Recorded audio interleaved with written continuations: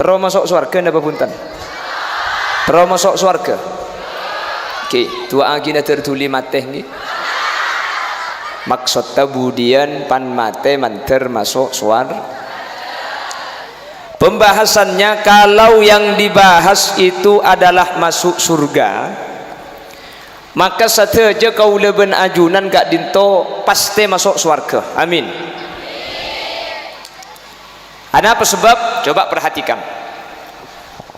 Allah Subhanahu wa taala anjabu dalam Al-Qur'an, innal ladzina amanu wa 'amilus shalihat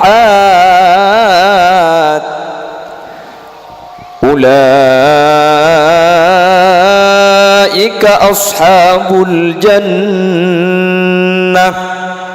hum fiha khalidun.